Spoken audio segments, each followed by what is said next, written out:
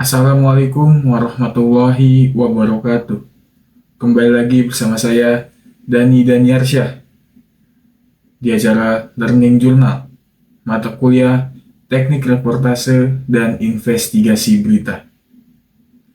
Pada pertemuan di hari Senin, tanggal 3 November 2025, giliran kelompok 6 yang akan mempresentasikan makalahnya.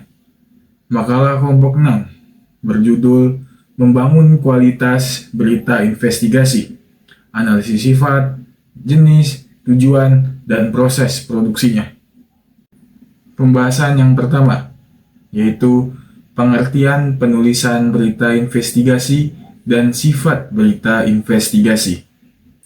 Jurnalisme investigasi adalah kegiatan mengumpulkan, menulis, mengedit dan menerbitkan berita yang bersifat investigatif, yakni penelusuran panjang dan mendalam terhadap sebuah kasus yang dianggap memiliki kejanggalan. Selain itu, investigasi juga merupakan upaya menelusuri kasus yang bersifat rahasia. Suatu kasus baru dapat diketahui kerahasiaannya apabila penelusurannya terhadap kasus tersebut telah selesai dilakukan. Istilah jurnalisme investigasi berasal dari bahasa Latin, yaitu jurnal dan vestigin. Jurnal atau diurnal berarti orang yang melakukan kegiatan jurnalistik, sedangkan vestigium berarti jejak kaki.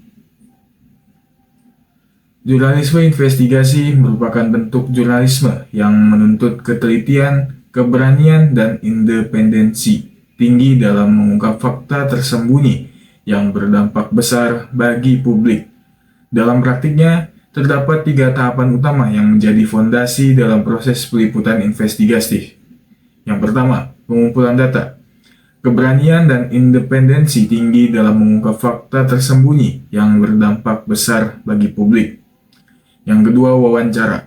Wawancara merupakan metode penting dalam menggali informasi dari berbagai objek yang terlibat atau memiliki pengetahuan tentang isu yang diinvestigasi.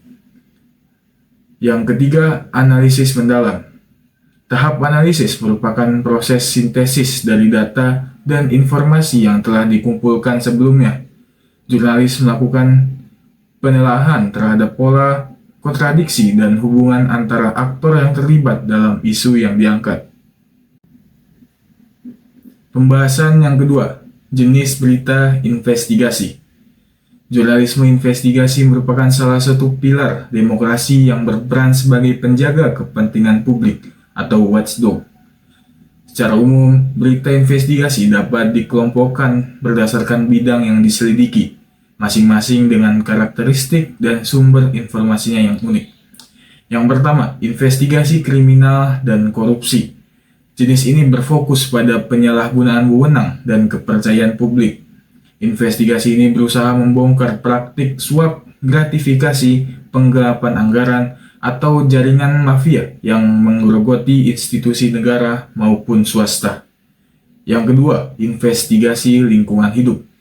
Jenis investigasi ini mengungkap kejahatan yang mengorbankan kelestarian alam, seperti pembalakan liar, pertambangan tanpa izin, atau pencemaran sungai oleh limbah industri. Sumber utamanya seringkali berasal dari analisis teknologi, seperti citra satelit yang menunjukkan perubahan tutupan hutan secara drastis. Yang ketiga, investigasi kesehatan dan keselamatan publik.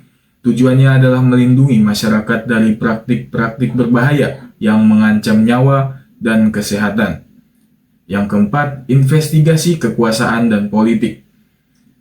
Jenis ini menyoroti dinamika di balik layar kekuasaan, termasuk konflik kepentingan, pencucian uang, dan manipulasi kebijakan untuk keuntungan pribadi atau kelompok. Yang kelima, investigasi sosial dan hak asasi manusia.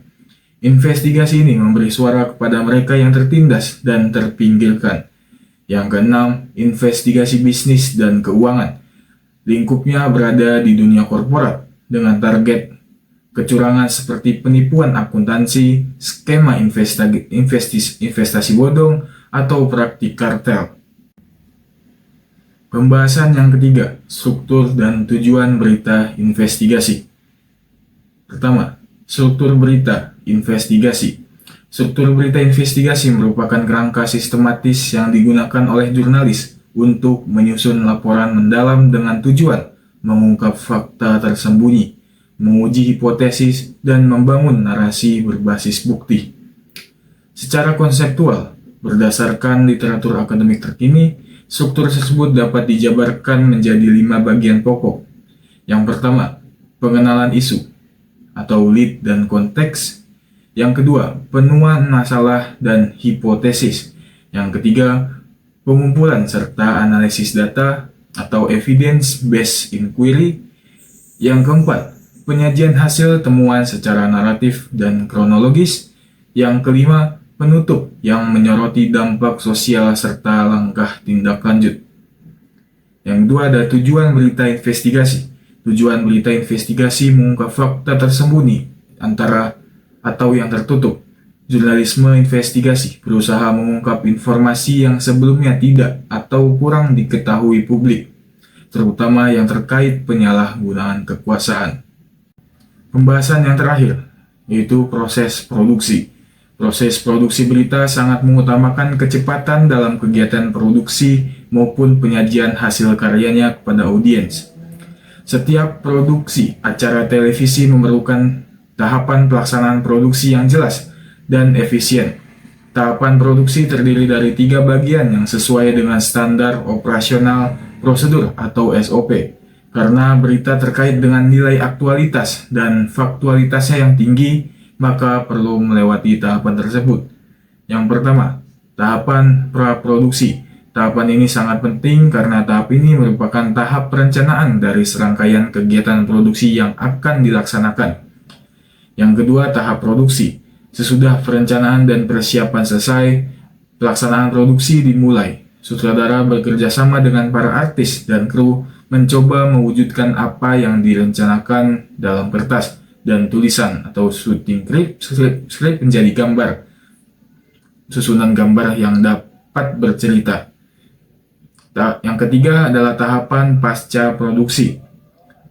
Tahapan pasca produksi adalah segala kegiatan usai peliputan, penulisan naskah, editing atau penyuntingan, pengisian suara sampai materi itu dinyatakan selesai dan siap disiarkan.